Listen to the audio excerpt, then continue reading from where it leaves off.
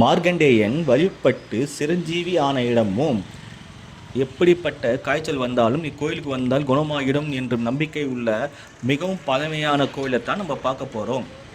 காஞ்சி சங்கர மடத்தின் அருகில் இருக்கும் மிக பழமையான ஆலயம் ஜூரகரேஸ்வரர் கோவில். தற்போது தொல்லியல் துறை கட்டுப்பாட்டில் உள்ள இந்த ஆலயம் திருவரங்கத்தைப் போல பிரணவாகார விமானம் கொண்டு அமைக்கப்பட்டுள்ளது.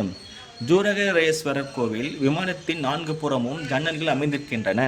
இக்கோவில் மூலவர் அறை, அர்த்த மண்டபம், 16 தூண்களை கொண்ட மகாமண்டபம், புறப்பிரகாரம் என 4 பிரிவுகளை கொண்டுள்ளது.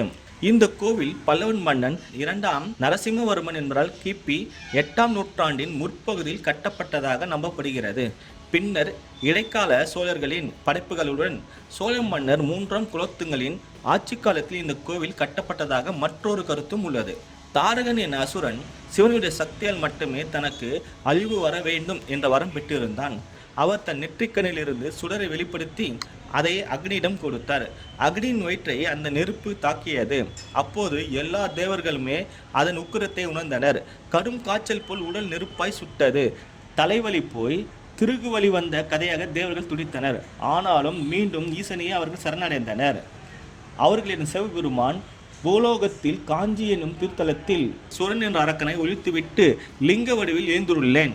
அங்கு ஜூரகரேஸ்வரர் என்ற திருநாமம் கொண்டு என்னை வழிபட்டால் உங்களுடைய வெப்பம் தனியும் என்று அருளினார்.